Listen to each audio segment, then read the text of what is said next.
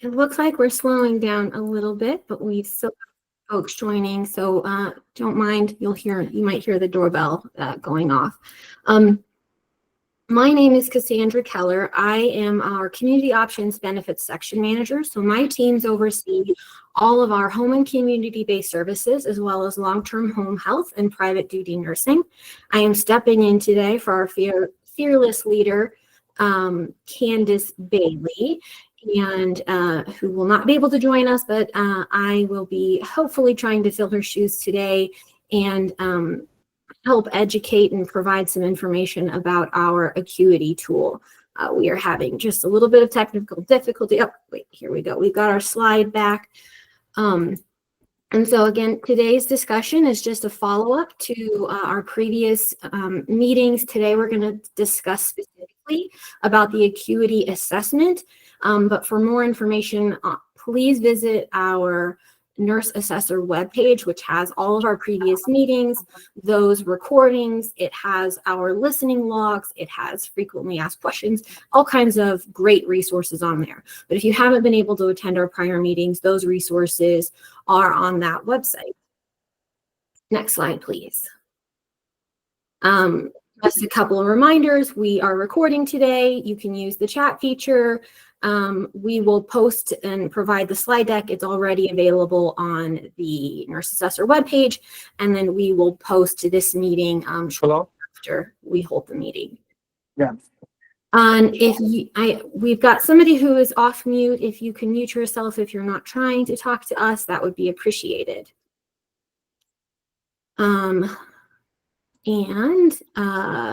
Next slide, please.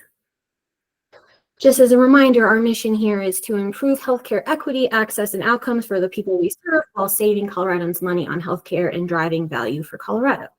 Next slide, please. So the purpose of today's webinar is, and this series in general, is to communicate, engage with stakeholders about the Nurse Assessor, the acuity assessment, and this OCL, or Office of Community Living Priority Project. Next slide.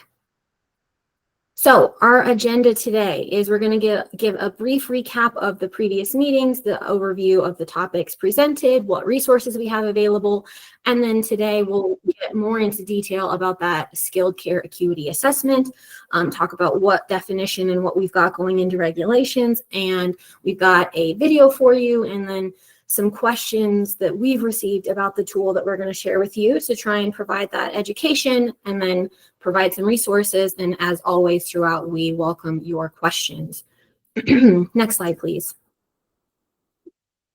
So last meeting, we provided an overview of the Nurse Assessor process from start to finish. So what that really looks like, from what that referral looks like, from whom, and then what does a prior leading up to a prior authorization. So we outlined that. We provided several different scenarios to show you, here's a member that looks like if they're receiving health maintenance activities or long-term home health, and what that process looks like for that individual going through the Nurse Assessor and the assessment process.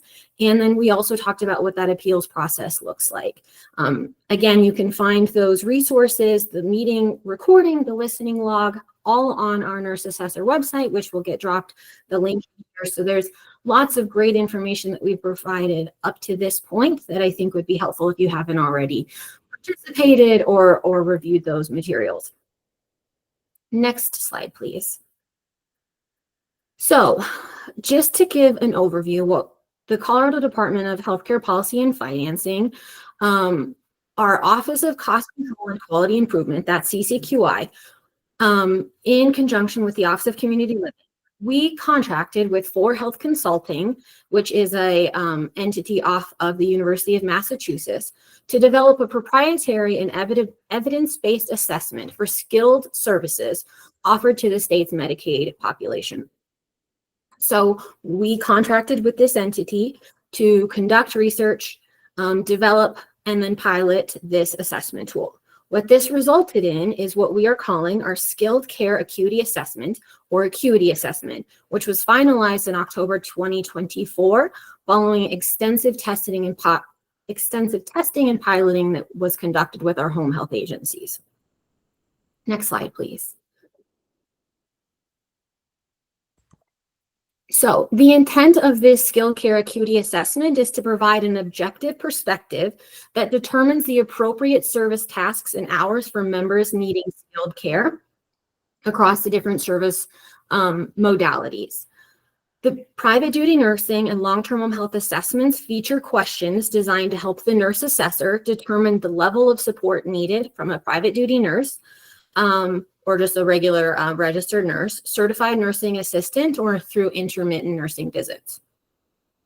And this project was only made possible, I feel like we need kind of brought to you by sign here, through the American Rescue Plan Act Initiative 6.01. So frankly, this would not have been possible without that incredible funding opportunity to complete this project. So we were able to do all of this in a very short time with this funding. So that was a really exciting opportunity for the department. Next slide, please. So what we have done, and this is leaping forward a little bit, and then we're going to take some steps back, but for this purpose, what we have done is defined the skilled care acuity assessment as something as meaning the proprietary assessment that will be used to assess members for their skilled care needs. The skilled care acuity assessment will only be accepted as valid documentation when it's completed by the authorized nurse assessor vendor, Intelligent. This assessment was finalized on September 25th, 2024, and is available on the Nurse Assessor and Skilled Care Acuity Assessment webpage. This information is going to be listed in our long-term home health regulations, our private duty nursing regulations, and then our health maintenance activities regulations. Next slide. So we had Forest Health Consulting was able to provide and develop a couple of videos, which are posted on the website. They really kind of talk about, from a member perspective, what does this assessment tool do and what does it look like? And so we wanted to share that video with you. And so Paul, if you would be so kind, is to play that for us.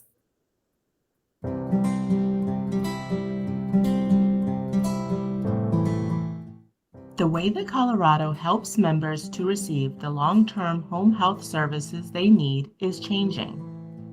Soon, nurse assessors will begin conducting virtual and in-home visits using a new assessment tool. The new tool will better measure a member's needs to have a certified nursing assistant, CNA, or a registered nurse, RN, help them live independently and safely in the community.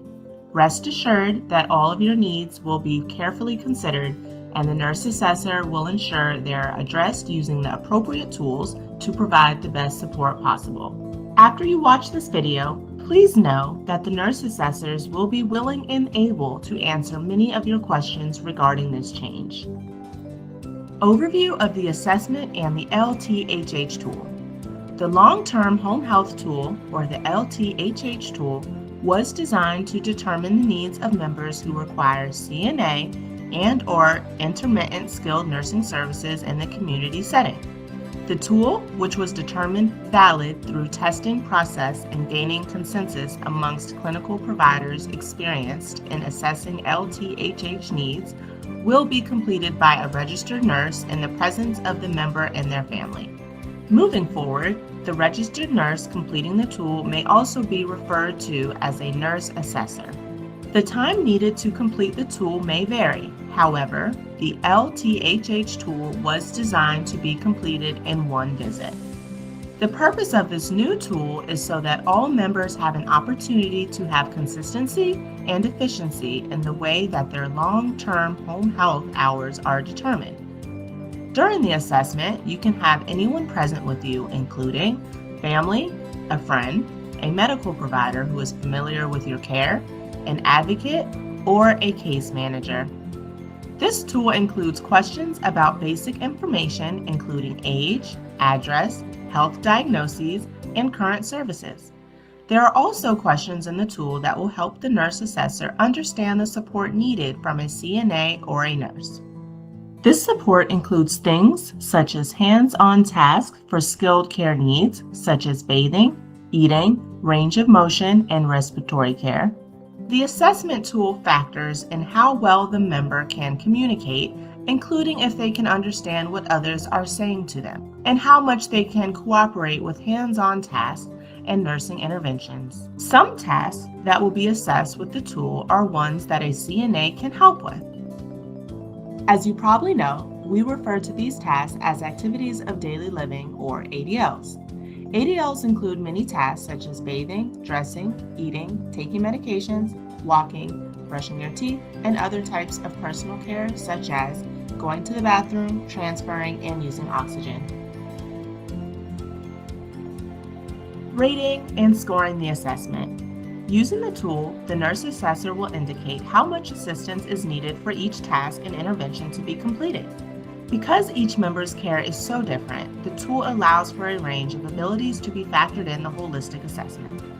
For example, with the task of getting dressed, the nurse assessor can document if the member is able to get dressed with or without assistance, and if the task is age appropriate or not. A 6-month-old infant would not be expected to get dressed on their own due to their age, but a 16-year-old, for instance, should be able to get dressed with minimal assistance. What to expect and how to prepare. To prepare for the visit, please make sure that you are able to share any medical documentation, such as nursing notes from previous services, notes from recent medical appointments or therapy visits, letters from physicians or treating clinicians that describe your needs, notes on how the member can complete activities of daily living with or without assistance, doctor's notes, and school health services documentation, if applicable, with the nurse assessor. Also, please be sure to have your questions ready. The nurse assessors will be happy to help you get your questions answered during the assessment or shortly afterwards.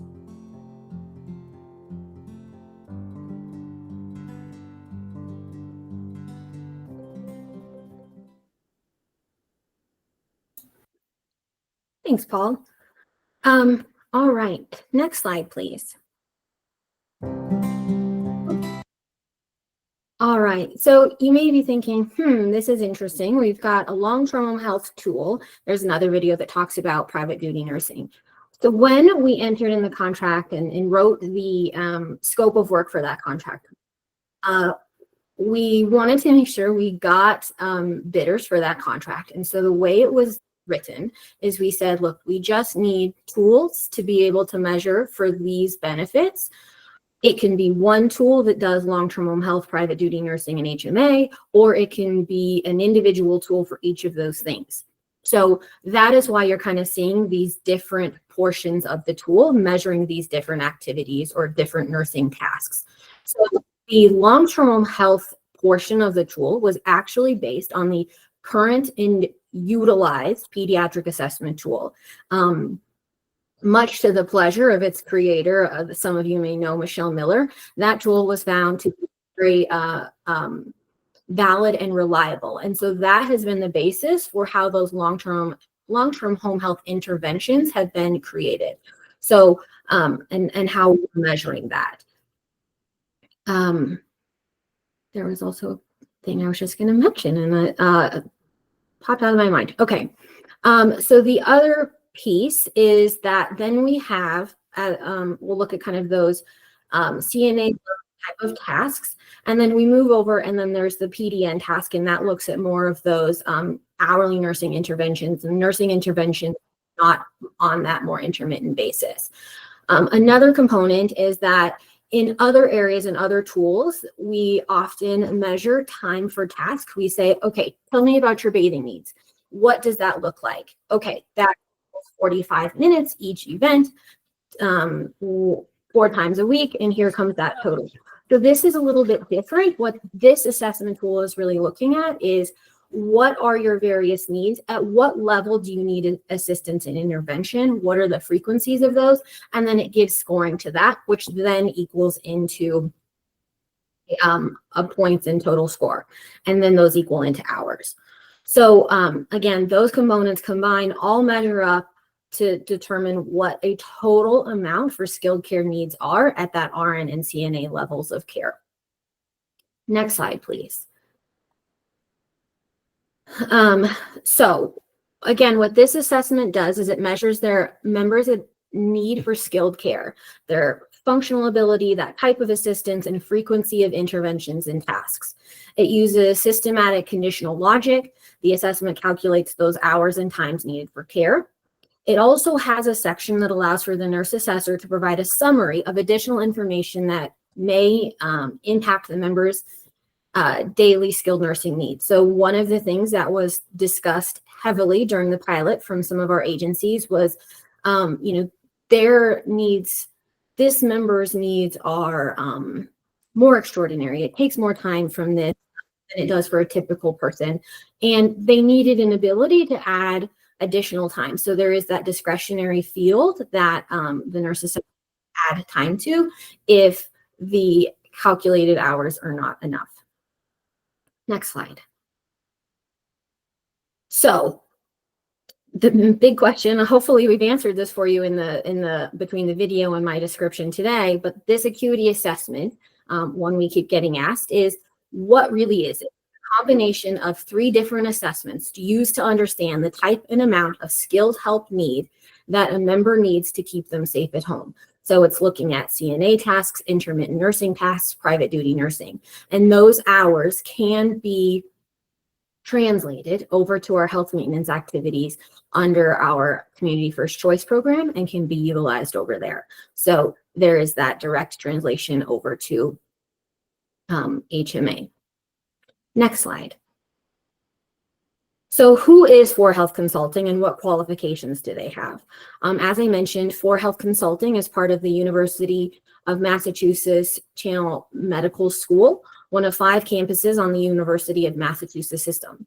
So they had registered nurses who participated in creating the assessment and were experienced and skilled at assessing PDN and long-term home health eligibility and services. They also had a separate team that worked with them on the validation and evaluation of the assessment to make sure of that validity and reliability. Next slide, please. So one question you might be asking is, okay, so you created this tool, but how do you actually know it's evidence-based? We know because it was developed after the 4Health Consulting team reviewed existing tools. So what they did was, Colorado said, we want a points-based system. We want to be able to say, here are these tasks, and we want that scoring to translate into hours. So they did a national scan for Medicaid, Medicare, private health insurance, how are members being assessed? And then that had to be whittled down to what is a points-based system. So they did all of that scan and were able to identify some areas that we could kind of mimic from. So the research team met with several state Medicaid agencies, better understanding their approach to determine medical necessity and the tools they were using. We engaged providers and the state's utilization management vendor when trying to understand what needed to be part of these assessment tools. Next slide. So what does it mean if the tool is valid and reliable? It means that this assessment measures what we intend it to measure with consistent results. And that is what this tool found throughout the piloting process, which I will go into I think in the next slide. So what was the process? I have a nice little image on the next slide, but what we had was 4 phases as 4Health Consulting called their sprints of piloting and testing and statistical analysis to ensure that the assessment measured what we intended it to measure. Colorado home health agencies participated in the testing of this assessment.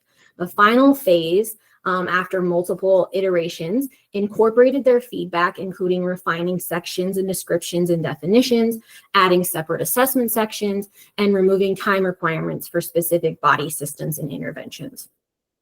Next slide. So here's kind of their life cycle of what this looked like. And so during the first phase, what they did was they, for each of the nursing modalities, they their nurses reviewed 50 cases, and they said, and I can see the question, yes, they did this assessment on both adults and pediatric members, and they went through their case and went through the tool before it had point values, and they said, okay, kind of how is this working? How is this looking? Then they refined the assessment based on kind of what their test results did. Then they went and did another 50 cases, adding scores here, adding ranges of scores based on regulations for these programs, as well as EPSDT. And then in phase 3, that's when the piloting started. So we had multiple agencies. I'll get to that on the next slide. They submitted, or they first used this assessment tool to assess their members, and then for health consulting conducted the same assessment on those members. So we wanted to compare on these live patients or live members that the providers use that tool. So they assessed them, and then there was a comparison. Okay, here's how the home health agencies did the assessment. Here's how health consulting assessed. There was a meeting together to provide feedback so that providers could say, this piece just didn't make sense. This piece didn't seem to be inclusive. We did adjustments for things like there's not enough area to describe behavioral concerns, or someone's ability to communicate. That was one of the pieces of feedback that was received, and adjustments that were made to the tool in this process. There was some sections that were added for things like injections or assessment time at the beginning of a nursing visit. There wasn't enough time or wasn't an allocation for blood sugar monitoring. And so there was just also revisions of those a lot of times. So those are the type of changes that happened in Sprint 3. So then all of those changes were made. That revised assessment was created, and then we had that piloting done again. So same process happened. Individuals were assessed, adults and pediatrics, among a variety of agencies. And then those results came back. Feedback was received, and then we had conversation about what kind of adjustments needed to be made. So those adjustments were made. A final version of that tool was created, and that's what we have today. So that's what those different review phases or pilot or sprints were. Next slide, please. So the piloting of the assessment was completed with 3 home health agencies. We had Maxim, Aviana Healthcare, and MGA all participate. Each one was asked to select and submit 10 private duty nursing cases and 10 long-term home health cases.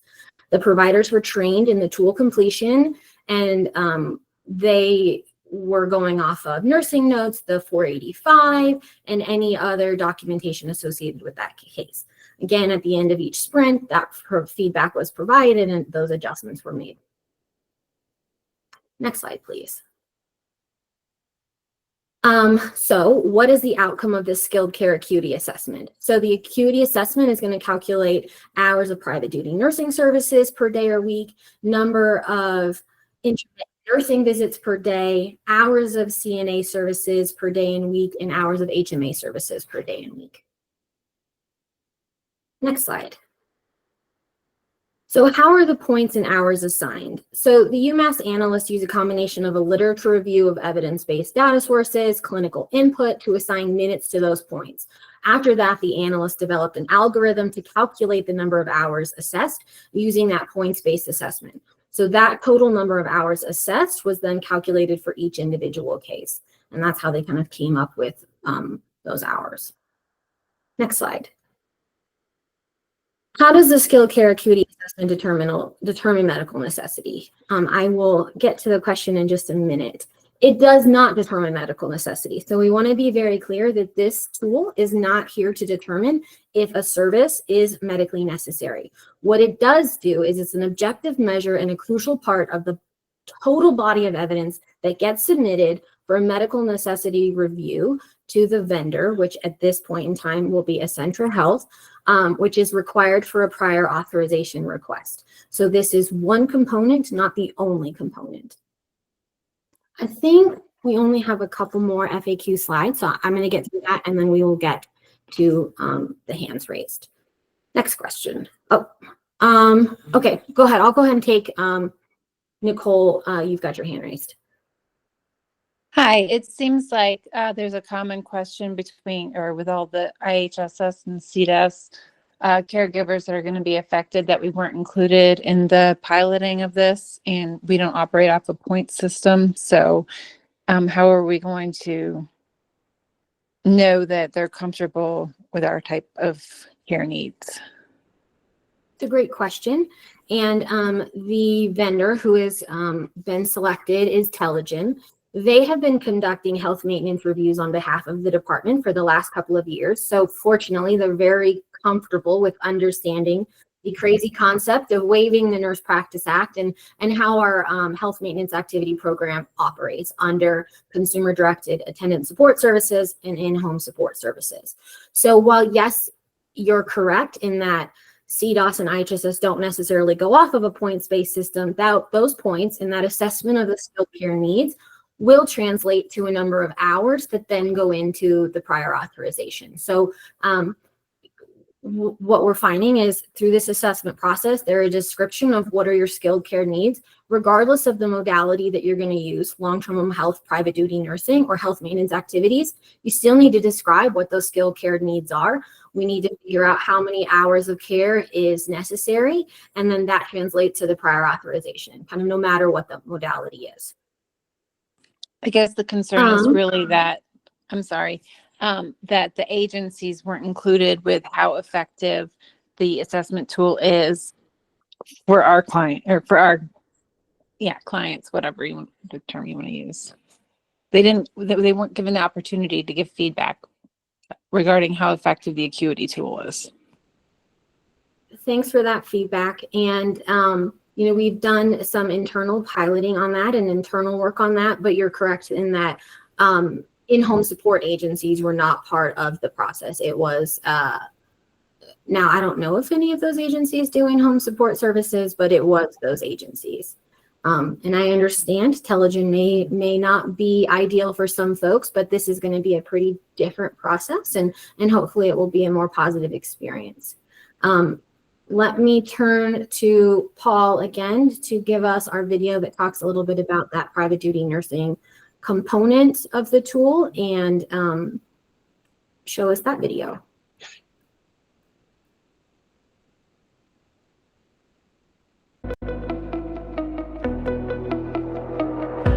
The way that Colorado helps members to receive the private duty nursing care they need is changing.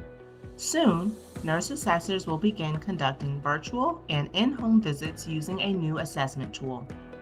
Private duty nursing, or PDN, is for individuals with complex medical conditions who require a nurse for more than a traditional nursing visit. Soon, nurse assessors will begin conducting home visits using a new assessment tool to measure a member's complex medical care needs that can only be provided by a private duty nurse. Rest assured that all of your needs will be carefully considered, and the nurse assessor will ensure they're addressed using the appropriate tools to provide the best support possible. As you watch this video, please know that the nurse assessors will be willing and able to answer many of your questions regarding this change.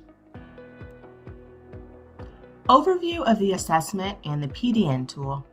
The private duty nursing, or the PDN tool, was designed to determine the needs of individuals with complex medical conditions who require a nurse for more than a traditional nursing visit in the community setting.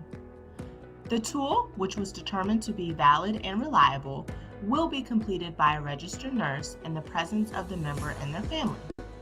Moving forward, the registered nurse completing the tool may also be referred to as a nurse assessor. The time needed to complete the tool may vary. However, the PDN tool was designed to be completed in one visit. The purpose of this new tool is so that all members have an opportunity to have consistency and efficiency in the way that their PDN hours are determined. During the assessment, you can have anyone present with you, including family, a friend, a medical provider who is familiar with your care, an advocate, or a case manager. The tool has 8 areas that are focused on basic demographic information, skilled nursing interventions for each body system, including hands-on tasks and skilled assessments, and considers factors such as the ability to communicate and levels of cooperation with skilled nursing interventions. The assessment tool factors in how well the member can communicate, including if they can understand what others are saying to them and how much they can cooperate with hands-on tasks and skilled nursing interventions. Skilled nursing interventions are defined as hands-on tasks and skilled assessments that require the skills of a licensed nurse to perform the member's care. The nurse assessor will use the tool to assess whether each intervention requires the skills of a licensed nurse for the member's unique needs, including whether the member can safely perform the skills independently. As mentioned before, the tool will also be used to assess the needs for tasks that can only be performed by a licensed nurse. The tasks for a licensed nurse can include many skills and interventions, such as ventilator or tracheostomy care, tube feedings, titrated oxygen, catheter care, wound care, foot care, blood draws, IV medications, medication setups, and insulin pump management. While every task that a PDN can do was not listed, the tool allows for a holistic assessment of the member's unique needs and interventions. Rating and scoring the assessment. Using the tool, the nurse assessor will indicate how much assistance is needed for each intervention to be completed. Because each member's care is so different, the tool allows for a range of abilities to be factored in the holistic assessment. For example, for the intervention of oxygen, the nurse assessor can document if the member requires oxygen at the same rate continuously, or if the nurse must assess and titrate the member's oxygen throughout the shift. To prepare for the visit, please make sure that you are able to share any medical documentation, such as nursing notes from previous services, notes from recent medical appointments or therapy visits, letters from physicians or treating clinicians that describe your needs, notes on how the member can complete activities of daily living with or without assistance, doctor's notes, and school health services documentation, if applicable, with the nurse assessor. Also, please be sure to have your questions ready. The nurse assessors will be happy to help you get your questions answered during the assessment or shortly afterwards. Upon completion of the PDN and LTHH tools, the nurse assessor will review the results with you and discuss next steps.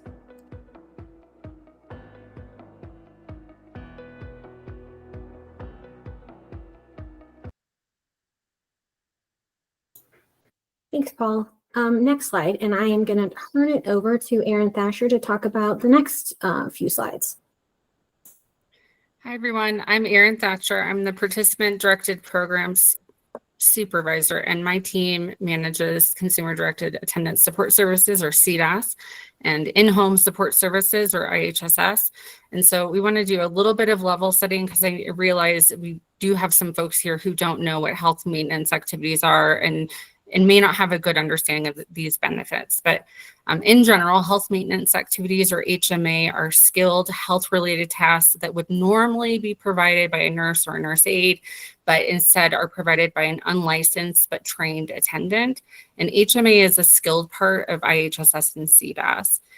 These tasks are very consistent with what is provided in private duty nursing and long-term home health.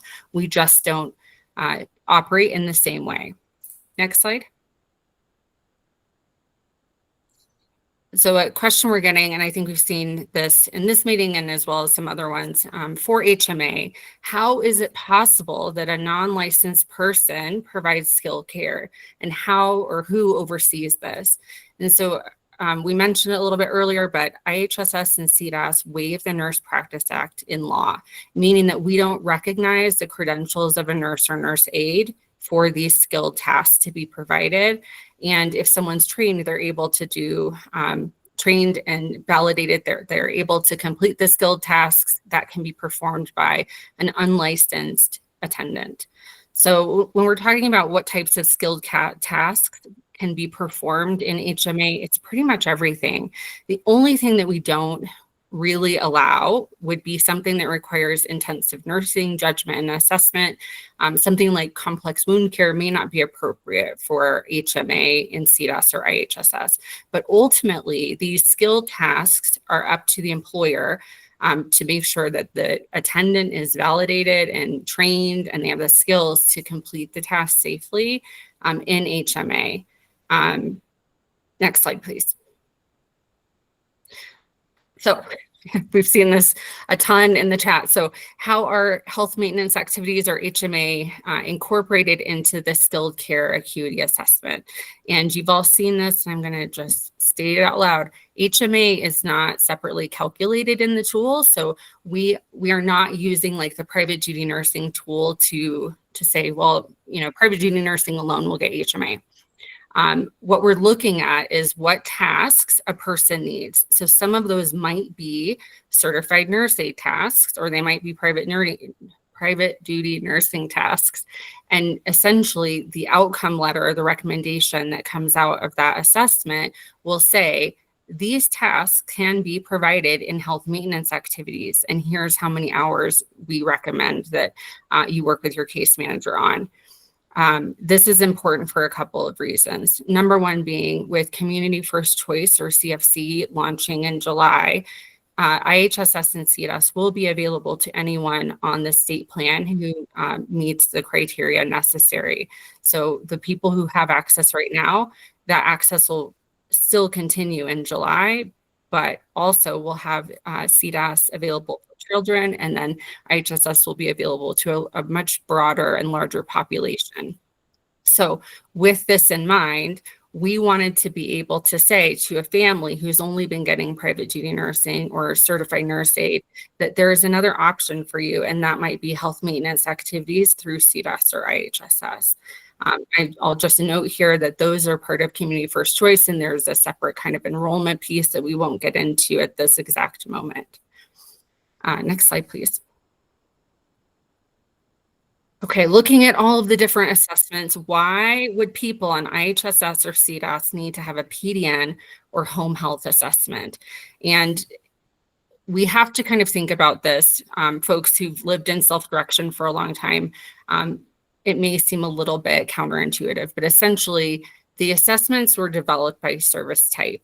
So a private duty nurse would conduct certain nursing tasks that are included in the PDN tool. Same with the certified nurse aid tasks in the long-term home health tool. And then there's some intermittent nursing tasks that are needed.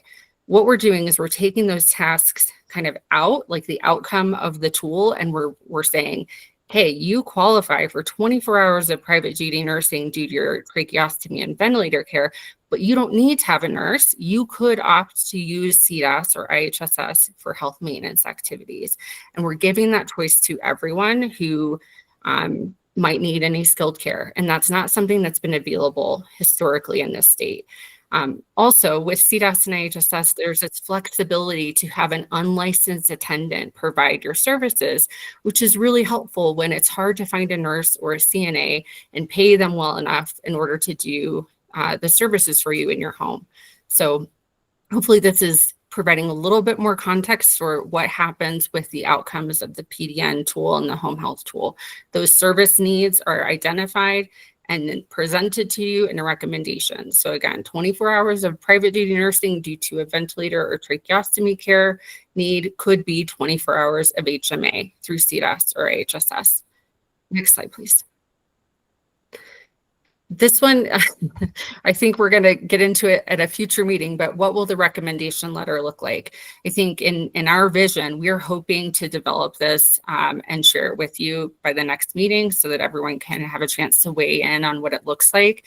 It's going to include the tasks and the hours needed to complete the skilled care for the member, and it'll include options about self-direction and other services that might be helpful, such as homemaker or personal care to help supplement a member's needs in their home. Next slide. Okay, that was a rapid fire self-direction thing. I know we've got a lot of questions in the chat, and Cassie, I'll defer to you of how you want to go forward from here. Megan, go ahead. I see you got your hand up. Yeah, I think I have kind of two main questions. So historically, people have generally qualified for more hours under HMA, under IHSS, than they did with CNA, partially because they're getting CNA level and nursing level tasks combined together, but also because the fundamental different way the assessments are done, to where IHSS, the HMA assessment was done based on real world, how long does it actually take you, versus the PAT has always been, you know, you get points and the points equal hours regardless of how long it takes you, sort of piece. So, sorry, long-winded way to say that. One piece with that is, are you anticipating a lot of health maintenance hours going down to match more closely to the CNA and intermittent nursing hours that were previously approved, since this tool is more akin to the PAT, is one question. And then the second question is kind of around how those hour translations work. So will it be, you know, 3 hours of CNA, 2 hours of intermittent nursing, 5 hours of PDN, or add all those together? I think that was 10 hours total, or 10 hours of health maintenance, or some combo of those things. Is it going to be like the same exact hours in all these different methodologies, or is it going to be like, well, if you choose HMA, it might be this many hours. If you choose home health, it might be this many hours.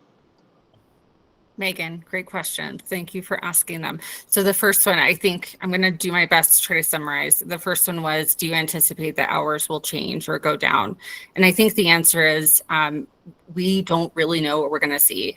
We know that when you do an assessment, the nurse assessor will work through the tools.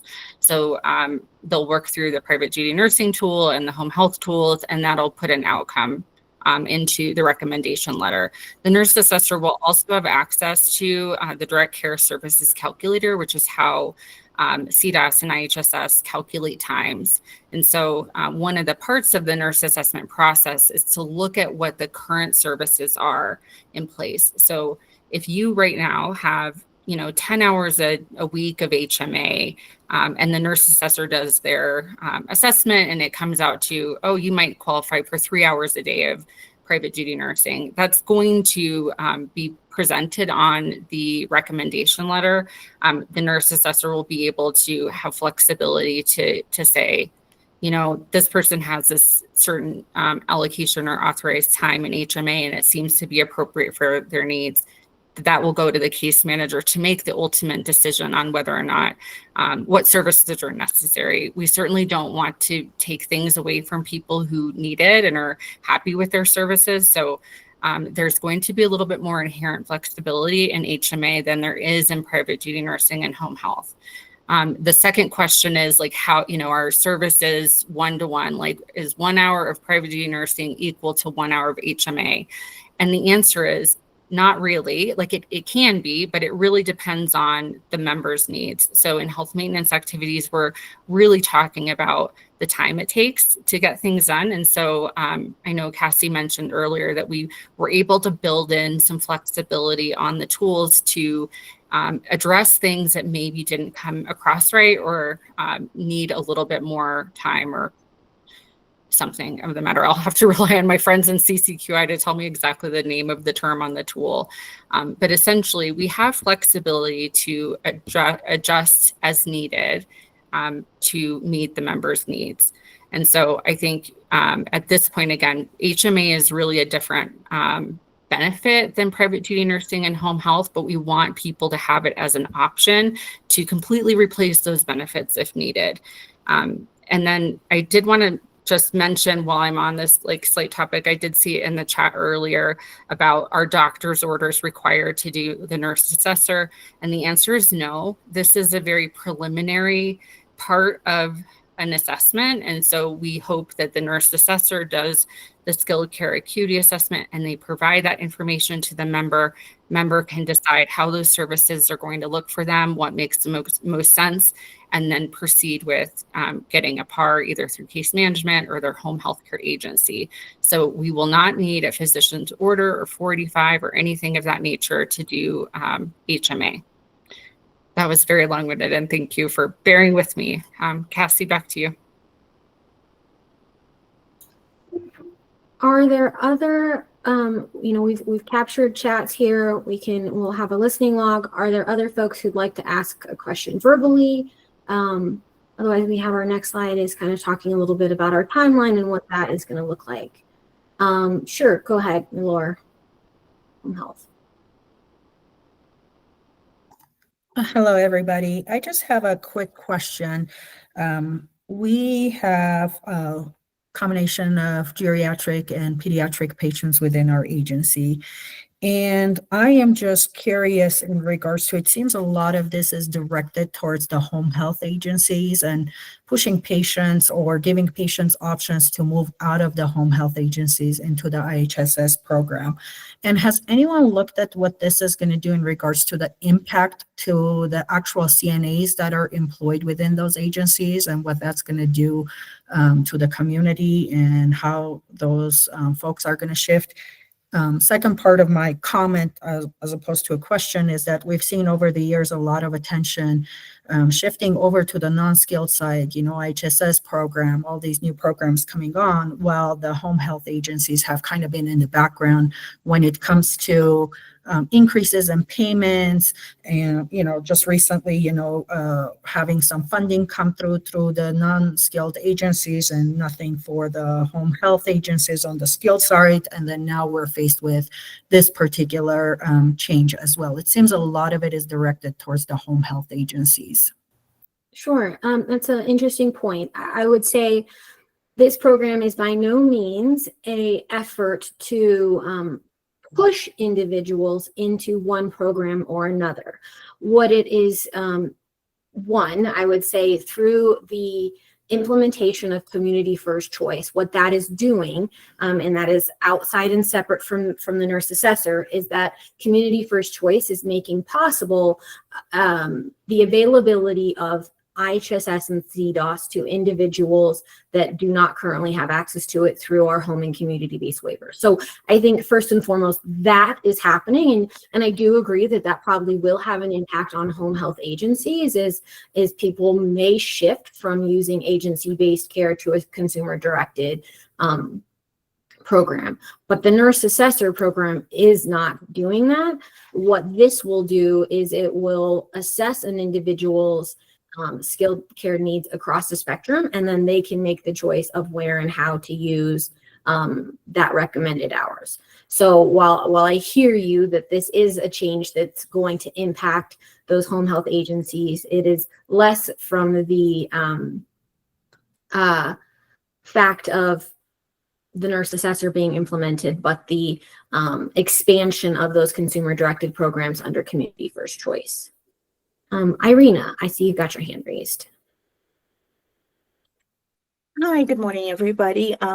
Just a couple of questions, and that maybe shifting attention a little bit from the acuity tool, but wanted to ask you the following. I have a two-part question, I guess. So in the case scenarios that were presented during the last meeting, with the referral process for the nurse assessor, all 4 case scenario really focused on the patients that already had services in place, right? And the instruction was 30 to 45 days before the PAR expiration to make referral to nurse assessor. I was wondering if we could walk through the case scenario for home health, long-term home health service when the agency receives initial referral from the physician for home health services, where the nurse assessor referral will take place and how the timing of that nurse assessor assessment will impact the agency's ability to stay compliant with regulatory requirements for, initial assessment 48 hours, comprehensive assessment within 5 days, which most of the agencies do at the same time, as well as submitting a PAR within 10 days of the start of care that should require inclusion of the nurse assessor. So how do we work this all together? And I know that's probably resonates with some of the questions that people posted on the chat. So that's part 1 of the question. Irene, are you going to give a part 2, or do you want us to answer? Oh, you can answer. No. Part 2 is a little bit different. So that's kind of So, sorry. Thank you. I may turn to my colleague Katie to talk a little bit about the specific timeline. But yes, so let's say a physician order comes in for someone to have services. They They connect with the home health agency. The home health agency would submit a referral to that nurse assessor to begin that process. And then what we plan to do is put together a timeline that talks about, okay, here's the date of referral, and here's what happens on those various dates of the nurse assessor has to have a make the phone call back to the member or the referral. They have to set up the assessment with the individual by X date. They have to complete the recommendation by this date and turn it. All those timelines and responsibilities are forthcoming. But Katie, would you talk a little bit about what that timeline looks like for turning things around? Sure. Hey, everybody. My name is Katie Dobler. I'm the Clinical Operations Division Director here in the CCQI office in HCPF. I've been a registered nurse for over 20 years, including operational oversight of a long-term home health and hospice agency. So, Cassie, to answer the second part of that question, I just really want to reiterate that we really don't want to fracture the care delivery system that we have here at Health First Colorado, which for those skilled care needs often involves a home health agency working with an ordering provider. So the only addition will be to include the nurse assessor assessment prior to submitting a PAR. Like you referenced before, we are recommending that you use around a 45-day timeline on when your PAR is going to expire, going ahead and initiating that nurse assessor referral. Now, for case managers that are working in the hospital to discharge a member, oftentimes they're potentially going to use acute care home health for up to 60 days before transitioning into long-term home health services. And we're trying to make this more flexible for all of the people that provide care to our Health First Colorado members. So even the discharge planner in the hospital has the opportunity to submit a nurse assessor referral. And the contractor that will be performing the work, Telegen, has different levels, like we do with lots of other different referrals, of where it can be expedited and done in a quicker, more acute setting. Or if you aren't experiencing any changes besides just needing to renew your PAR, then obviously you have a more extended timeline. And I think that Erin said it earlier, we will have some graphics that are available to you guys in upcoming meetings that will show you kind of like a tentative timeline of where you'll want to submit your nurse assessor referral for all of the different types of care levels that we offer here at Health First Colorado. Thank you, Katie. I understand your response, but again, going back to the initial process, and I'm not sure if you guys are aware. So all home health agencies, most of the home health agencies, right? Any agency that accepts Medicaid as a payer source has to be Medicare certified. As a result, we have to follow conditions of participation for home health as well. So when the referral comes from the physician, like I said, the agency has 48 hours to do the initial assessment. In the light of the Nurse Assessor Program, does the agency still proceeds with the 48-hour assessment, blah, blah, blah, doing their own stuff?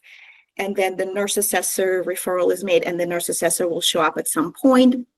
Or like that, considering also the fact that at the start of care, we have to submit PAR within 10 days, right, from the start of care to a Centro. So we don't have this 45 days to wait for the initial PAR. In addition, I think that understanding of the acute home health versus long-term health may not be correct, because we cannot take every patient as acute under Medicaid. If we look at the rules at 8520, section of the 10 CCR, it says long-term home health services are provided on the first day of home health service for the clients with well-documented chronic needs. And it continues. So there's not every case that falls automatically under acute Medicaid home health. Yes, wound cares, acute needs, right? But if we have a patient who comes to us with CNA only service from the beginning, we cannot take this patient under acute. It will be sort of contradicting the current rules. So I think we have to really think about jiving this all together for providers. Yes, Irina, I was just using that as an example because there's lots of different benefits and levels of care that we offer our members. And to your point, I don't want to define processes for agencies to use. That is up to you guys to do with your staff to see what works the best. But I am going to anticipate that some things will be happening simultaneously. Okay, all right. And then one last question for me. I don't mean to be hogging the meeting, but with the ability to do the nurse assessment via, virtually, obviously it allows flexibility, especially in the areas that are, have limited access or rural areas, for nurse assessors. But how are we going to ensure the accuracy and objectivity of assessment? When we do virtually, we still lose a component. How we do account for environmental factors, what is truly the patient needs versus what the patient tells you, because sometimes that is not, 100% accurate. So we'll have to look at the safety component, at their actual ability to do things. How will that be taken into account with virtual assessments? Cassie, I can take that one if you're okay Sure, with that. thank you. Okay. Yeah. So we are utilizing with Telegen quality programs similar to what we use with other vendors, and it does involve an onboarding and training process to provide the framework for how we want them to assess our members, followed up with an integrated auditing process. And Telegen also is a QIO, so they're certified in quality improvement. That was one of the inclusion criteria for our RFP. And then we also have a third-party vendor auditing process that we will be utilizing as well. So it's actually a very integrated quality program that we will be using with Telegen. Okay, thank you so much for your responses. Appreciate it. Arthur, you've got your hand up next. Great, thank you. I appreciate the presentation. I may be in the minority here, but I do like the concept of what you guys are trying to accomplish. I've been doing this 21 years, and I would suggest that where you go determined what you received in care, less about what your qualifications were as far as needs go. So I like the idea of it, and hopefully we can get it perfected in a way that doesn't prevent or cause issues with care. A couple of things. Number one, and I think that concept of the acute episode, right? I think we are going to have to look at how we use the acute episode for clients that are coming out of hospitals to make sure that we're compliant, but there's no delay in care. So I'd like more information related to that. The other thing would be change in condition. So if we have a client who is stable, but all of a sudden has an issue and needs a new assessment, how will that happen? And then also, what about changing providers? Will the assessment follow from one agency to the other? I'll stop there and let you answer those, and I have one more question. Great questions. Yes, the assessment will follow the member, not the provider. So if they're assessed for this amount of hours, we did this prior to the implementation of the change of the provider process, that we don't want to see anyone have to go through this whole rigmarole of getting medical necessity determination, getting all of that just because they want to change a provider. What hours you're assessed for is that. So it will follow that. I answered the second question first, and then I forgot the first one, Arthur. So the other one I think was the change in condition. Yes, change in condition. So I think if there's a change in condition that's necessitating more or less hours, then yes, a new assessment would be required. So if they are seeking more hours or less because of that change in condition, yes, a new assessment would need to be completed in order to make a new medical necessity determination and a new PAR. Okay. And then my last question kind of applies to PDN services. As we kind of move through the challenges that I think, we're viewing PDN qualifications differently than we have historically. But one of the questions I hear from a lot of our family providers is related to charting. So today we require our employees to chart everything they do, because we use that to apply for the PAR, right? You need good evidence showing the care being provided.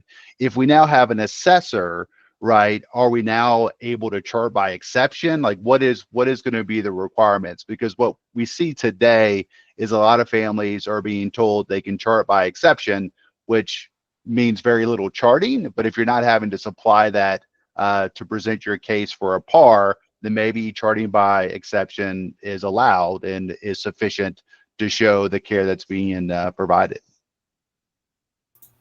Good question. Yeah, that's a Arthur, great. So Katie, do you Arthur, want to answer it or do you yeah. want to? So Arthur, I would recommend following your agency's policies on charting first and foremost, but I want to be very clear that everyone understands that this is a different process than the prior authorization request process or the utilization management review process as well. Okay, so while you will have some documentation that is available for that process and you can submit it to the nurse assessor, it is not required for the nurse assessor. And Christine, do you want to jump in and add anything to that? I sure do. Yeah, so for documentation, hi everyone, I should introduce myself. My name is Christine Merriman. I am the policy specialist for private duty nursing and for long-term home health. For documentation and charting, those rules will remain the same. You still have licensure as well as conditions of participation that your employees will need to follow. The documentation, the charting that is needed for medical necessity review of the prior authorization is still required. The nurse assessor is simply giving you that recommendation that follows the member to be able to choose the path of how they get their services met. So documentation remains the same. Great, thank you. All right, Donna, I see a hand up. Hi, guys. So I'm the gray-headed consultant in the state. Couple of things just to go back over. I want to make sure, Katie, I understand your point about the HCPF not determining processes. However, the 48-hour rule obligations under regulatory compliance for all of the skilled agencies that are going to provide PDN or CNA services is still a component that has to be considered.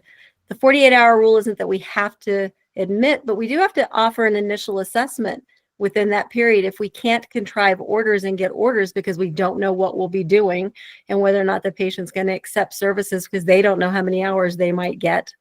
And in doing so, every patient that we have referred to us who says, yeah, I really think I need an initial assessment, I don't want to bypass that, an agency now has to go out.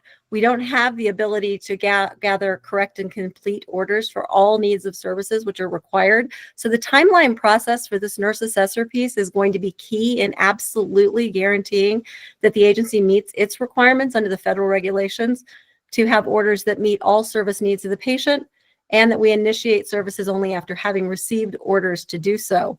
The financial obligation of running out and doing an initial assessment is huge. We've already heard from people who think we're struggling to find admission nurses.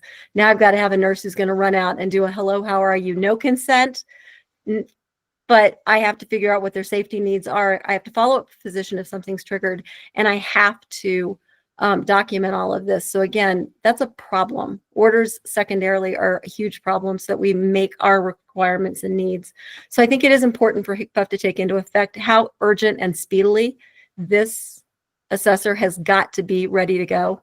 Again, I have the same problem historically that your vendor is not necessarily going to be able to handle the volume on day one. I also have a problem with your virtual assessment concept, folks. You can't smell the house. Let's just be real. And I can't tell you how many IHSS and PDN assessments I've done over the decades where it takes an hour for us to get to and in the bath, and it takes 15 minutes when I'm the nurse helping them with the movement to the bathtub. So those are some components that really have to be done. Being a QIO does not validate their ability to translate a virtual assessment. That's just not an equivalent statement. I'm a little concerned, and I want to know how you want to see the decreasing hours have to be nurse assessed prior to doing it. We can't bill, regardless of what the PAR might have indicated, unless we know that we have services that are provided legitimate under HCPF. So why would we have to go back through a nurse assessor hubbub and flip to actually get orders, modulate? We have to notify the patient by, again, federal regulations on the PDN and nurse Donna, agent.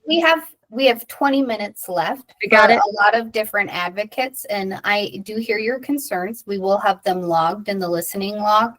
Do you have a question, a direct question that we can answer? How are you going to validate your vendor prior to July 1 for sufficient staff? Second question, and you may not be able to answer these immediately. How are you going to determine the reduction nurse assessor process so that it's timely and efficient? So I'll take the second part of that question. We do have different levels of review that are going to be available depending on the acuity and the need of the member. So it's going to be similar to a PAR process where you can have an express assessment. That's for members that don't have a lot of changes going on in their life right now. There's also an annual assessment. And then for those higher acuity members, especially ones that are transitioning out of like an inpatient setting and we're moving them into the outpatient setting, there'll also be an expedited request that that whoever is submitting the referral can utilize as well. And then Christine, do you want to take the policy side of that question, or somebody on the OCL side? Sure. Okay. So I'm off mute. So yes, there is, I lived in home health, as Donna knows, for quite some time. I think over, I won't put the 20 years. We won't talk about that. Anyway, so yes, we do have time frames of when we need to be out in the home because we have to meet conditions of participation, right? And we also have that safety and of that patient. And usually we would get that order that says eval and treat.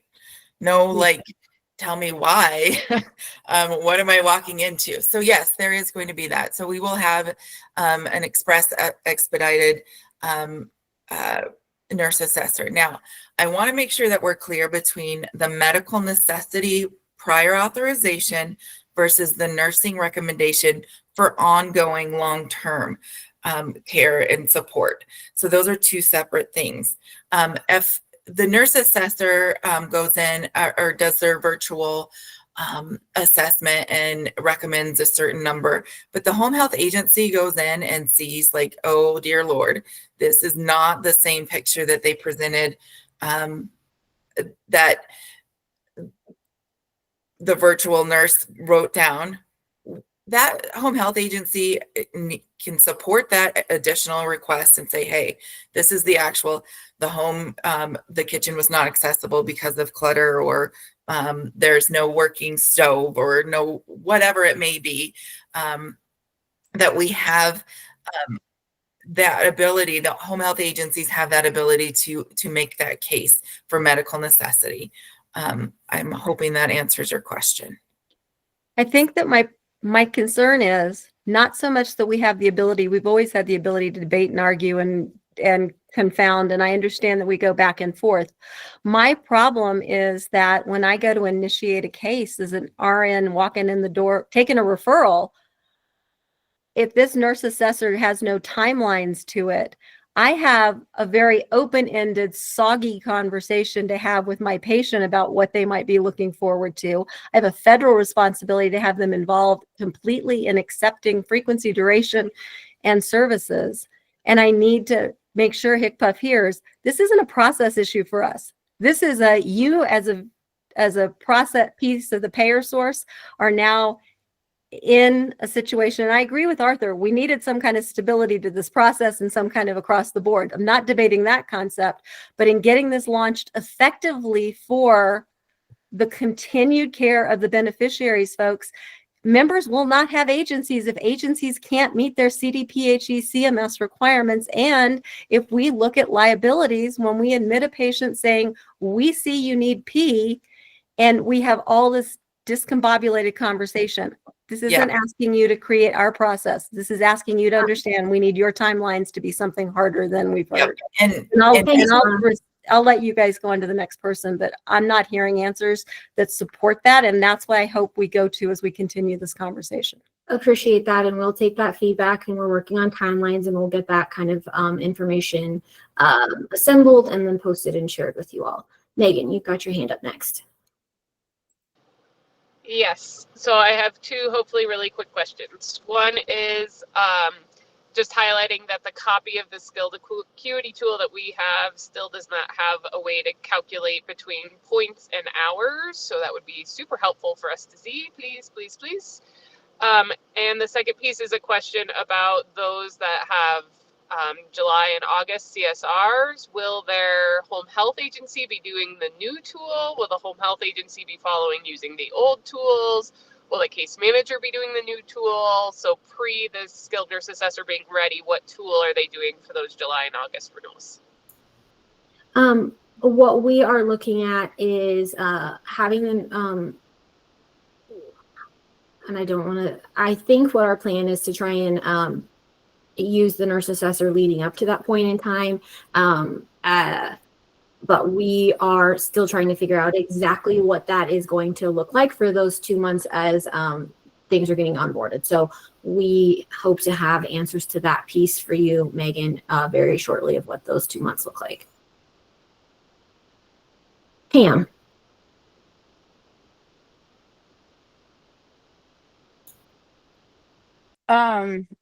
Okay, so I just am confused as to where the doctor's orders come into this, because you said we don't need doctor's orders for the nurse assessor, but and then we need to provide the documentation to the nurse assessor, but we don't need to provide this documentation because it's separate to this other process, which is the PAR process and the medical necessity. But they're making a recommendation, but as an agency, they can also make a recommendation. And I guess I'm just very confused as to what actually, other than to fill out the form, I just like, what is the actual point of this? Because I feel like we're back to it being like completely subjective again. Because they're making a recommendation for something that they don't even have all the documentation for, other than checking boxes. Because are they going to sit there for 5 hours and read 30 days worth of nursing notes and look at a year's worth of, specialist notes and all of this stuff? Like, how are they making a complete recommendation? So they will be going through the tool. So, think about it as it is now, that an assessment tool is utilized. The agency is conducting an assessment with the PDN tool, or the home health agency is conducting an assessment with the PAT. So it's similar in the sense of there needs to be a discussion talking about what your needs are. How much time and assistance does the member need with bathing? How much time and assistance do they need with transferring? So it's the discussion of that. Doctor's orders are not required for that assessment to be done, but doctor's orders are going to be required for the medical necessity review that occurs with the Centra. So while you don't need that initially for the assessment to take place, it will be required when it comes to the medical necessity review happening. And so if, for example, you say these are the hours for something, and you provide some of those nursing notes as supporting documentation for those hours for that. But those notes are not required for the assessment to take place. It will be a conversation. Okay. So essentially, this is just taking place of a nurse at the agency doing the assessment, correct? Yes. So historically speaking, that time and that assessment there was not a billable for that. Like, an agency could not bill for that time of going out there, doing the research, doing all of these things, right? That have to be done. So I guess, like, my other question is, and I don't know, maybe this is listed somewhere, but how much is this costing the state? Because before it was costing $0. We were just doing it because that's what the agency had to do to participate in these programs. So I don't have the number to give you off the top of my head, but if that kind of information is something you want, that's something that you can request through the Open Records Act. But the assessment, and I saw Donna shaking her head a little bit, I want to make very clear about there's assessment being utilized in a couple of different ways. The skilled care acuity assessment is conducted by that third-party nurse. They will be a not conflicted individual that comes in and says, hey, these are the services that you can qualify for, and these are the hours of care you need. Not a PDN agency assessing a member saying, yep, you need PDN, that's what you should get, and here are the amount of hours that you should get for that. So that assessment, that acuity assessment, is being conducted by the third-party vendor. A home health agency still has to assess a member, meaning that they have to go and see the member and they have to conduct an assessment of them. That's not changing. But an assessment tool is the one that has to be completed now, not from the agency, but by the acuity or the nurse assessor. And I see we've got Melissa, your hand raised.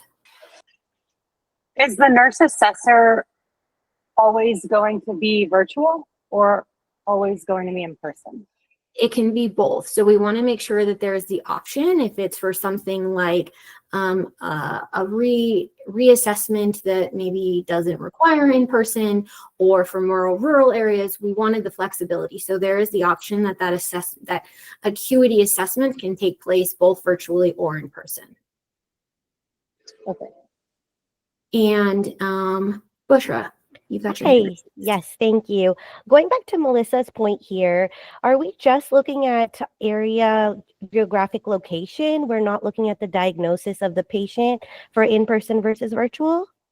Nope, it will be all of that. So one of the things that we're developing and we're going to be seeking input on is the criteria for expedited review. So we want to work with you all. We're going to say, hey, here's a draft of what that criteria looks like of when someone would qualify for an expedited assessment.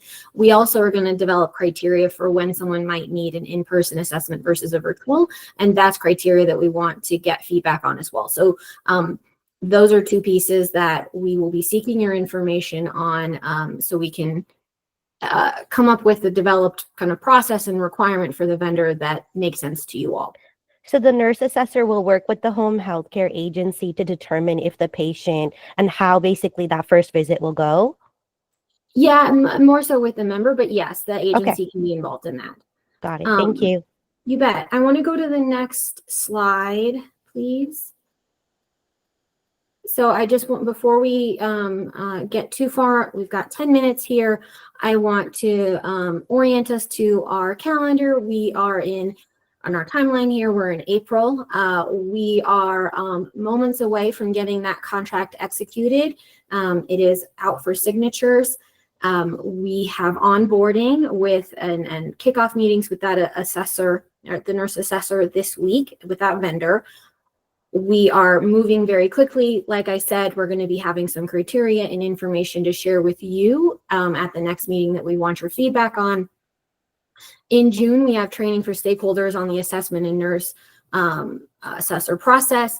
In June, we will also have a training module for case managers and case management agencies on the nurse assessor. I know there are a lot of questions on here of, is there going to be information for case managers on here? Yes. As all of this information is being developed, yes, we will have very specific training for case managers on what this process looks like, how the referral process is going to look like, how the prior authorization will look like. All of that information will be in June. And then in July, when the nurse assessor is live and assessments are being conducted. Next slide, please. And come, let's see, come May 13th, we will be having our next meeting, same day of the week, same time. If there are specific things that you would like us to cover in this meeting, we would appreciate some feedback on what you'd like to hear, but we should have information from the vendor that we'll be able to bring and kind of brainstorming on some of those processes. So May 13th, mark your calendars. I've got Joe with his hand raised, please.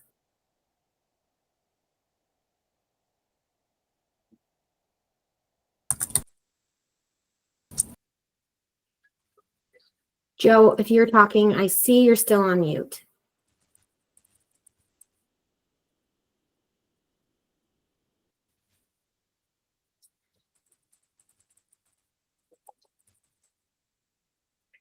All right, well, we will give a second for Joe. We'll have the meeting, the listening log, we'll put that together in the posted on the website with answers to questions. We will have the meeting posted on the website as well. I understand there was a lot of questions in the chat. It gets really challenging to try and answer all of those in there. So we are kind of looking more to change things up a little bit with that verbal questioning, and then we can have some thoughtful time to answer those questions in the listening log. So please keep an eye out for that as we get that put together. Anyone else who'd like to speak? Susan, please. Hi, yeah, I had a couple of questions. I know that we had said that initially when you're going to maybe get a referral and you're taking on a new client, if you have a new PDN client, you don't have that option to start them off as an acute. There's no acute PDN. So that would be an expedited, obviously, assessor. Yes, if they would meet that, criteria, but in some cases, you're right, there is not acute. That's something that we're looking to see if that's something we can develop. But yes, there may be a little bit of a gap, but we're trying to close what that looks like, what that gap looks like. And yes, an expedited review might be possible there. Okay. And then I just had one other. So also too, when July comes and you're actually supposed to start submitting for PARS, for CNA, that type of thing, is it that we would anticipate who we're going to start submitting for? Because I believe we have until maybe April or something of 2026 to get through our client base, if I recall. Is it that we would identify who we're going to submit and then request the assessor to go out and do their piece? Yeah, so those assessments will begin on a rolling basis, and so you won't do everybody come July, but as there's continued, say, review, or as our PAR expires and a new one needs to start, that's when that assessment process would take place. And that would be us initiating, asking them to do it, or they would know that on their end? You would do that. So okay. You should do that for PDN, yes, and home health. Okay, but then so for pediatric CNA, obviously I don't have approved PAR, so I would just then initiate that. Okay, I want to send this person. I would initiate that assessment being done, and then they would do their piece, and then we would. Okay. We would do those I think the expectation is 20% a month. So we would just kind of see those on a rolling basis of a percentage of your caseload each month happening. Okay. So then all of my PDN parts that I already have, I could, as long as they would run out, I would be allowed to let them run out and then do that. Okay. All right. Thank you. I appreciate that. Sure. Got 5 minutes left, and I have let's see, 3, 4. I don't know that we're gonna have time for 4 comments, but Bryce, go ahead. Yes, thank you. Can you hear me? Yep, I can. Okay. I'm just wondering why we have been in the dark about this whole pilot program going on, why this has not gone through proper rulemaking, because, considering the time, when is the contract going to be available for public inspection? When are we going to know what the algorithm looks like that's going to determine whether our benefits are going to be and how they're going to be affected? Why have you not been concerned about, maybe due process concerns, notice and comment, proper rulemaking? And here we are in April, and it feels like this whole model and tool has been predicated on information that we haven't not only have the opportunity to evaluate and participate in, but also information that could be totally erroneous.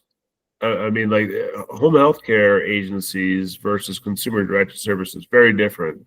And so I'm wondering, okay, A, when are we going to figure out exactly what this looks like in terms of the assessment tool? And B, what kind of due process are we going to get? What kind of notice are we going to get? Are we going to have any kind of influence on rulemaking, or is this going to be exclusively contractual? So Bryce, you asked a lot of loaded questions with 3 minutes left. And I've got 4 people with their hand raised. So your questions are noted. They will go into the listening log and we will provide that information there. As I mentioned, the contract should be executed today or tomorrow. That can be made available once it's been signed. But I do want to give other folks an opportunity to speak. Casey? Real quick, will we have to yeah. core that, or will it be public? Excuse me? Will we have to core the contract, or will it be public? I'm not sure. That's something we can share with you. I mean, it's always will be available via core, but I don't know if that's something that we'll post publicly. Casey? Yes, you said that the nurse assessor will go live in July. So does that mean for the recertification periods, the CSR like start date, the new start date will be September? So then we would be able to still send them 45 days in advance? Yes. Before the end of the cert period. So it'd be Yes. July, the cert end period would be August, and then the cert period would be September to start. Is that correct? Yes, that's correct. Okay, thank you. Can we go to Chrissy has not had a chance to speak. We've got 1 minute left. Can that go ahead, Chrissy?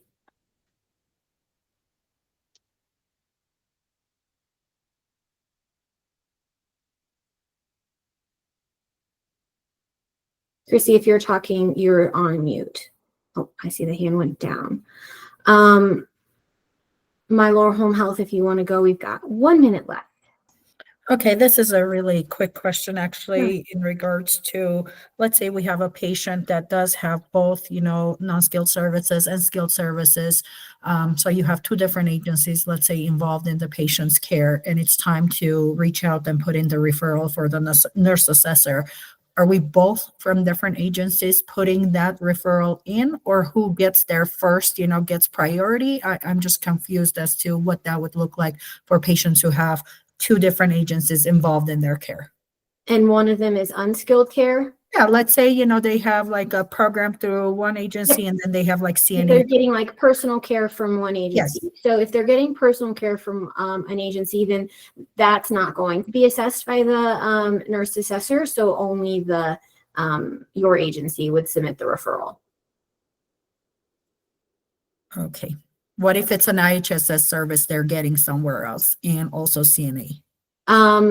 So in those cases, then they would probably, or let's say nursing and IHSS service. yeah, in those cases, if a member is getting kind of the gamut and they're doing self-directed, we would likely have them complete the direct care calculator so that they could assess them for their unskilled care needs as well. So I know there was a lot of great questions. They're not going unanswered forever. They're going unanswered right now. We will work on getting responses to all of your questions, comments, and concerns raised today, and we will get those posted in our listening log. Thank you for your time and participation today, and hopefully we will see you back here in a few weeks on May 13th. Thanks, everybody.